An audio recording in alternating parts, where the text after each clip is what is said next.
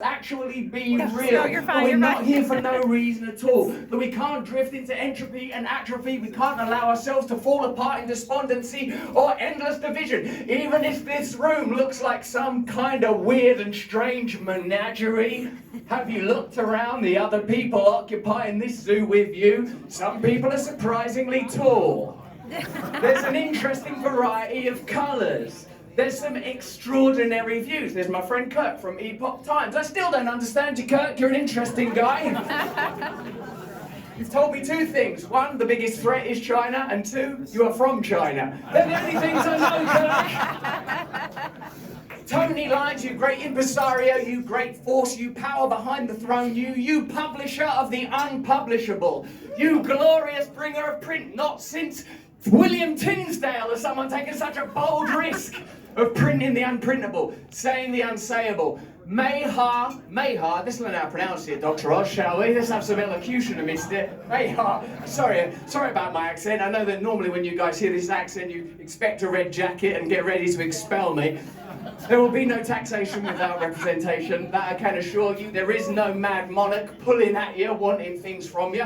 All there is an insane, and as Dr. Berg just indicated, criminal system. How extraordinary it is that we could have these elevated and brilliant people in office, these brilliant and elevated people with great principles, with great direction, people that, let's face it, if you're not willing to die for it, then maybe you shouldn't even be participating in it.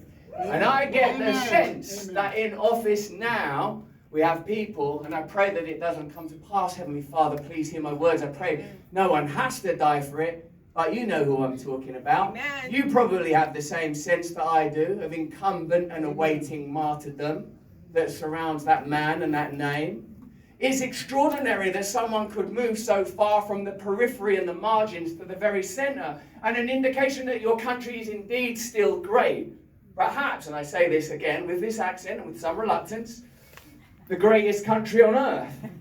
And the reason it's the greatest country on earth is not because of the extraordinary land mass, it's certainly not because of some of the, let's face it, historical abominations which we're going to reconcile and come together around, because you have to, because there is no choice now. Time only travels in one direction unless you're part of the omnipotent forever mind. And let's not yield and allow that omnipotent, omniscient being to become the state itself, not in its former incarnation, that imperial global monster with its banal tendrils, part Orwell, part Huxley, part Kafka, lacking in love, constant encroaching bureaucracy, a state that will tell you that there is no God, then lay claim to all the powers of that God, telling you what you can be, what you can't be. What kind of spiritual sickness lies at the heart of a nation that would depend upon and rely upon a malady deep within its population, its citizenry? In my country, they'd be called subjects, and Lord alone knows they subject us to a lot over there.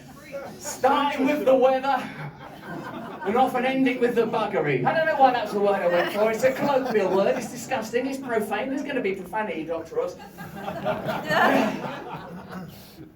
You do indeed have an opportunity. You have an opportunity because I know personally, I will happily, like the early signatories of your great nation, I would put my name to the work of Dr. Oz. I would put my name and my reputation, don't read the news.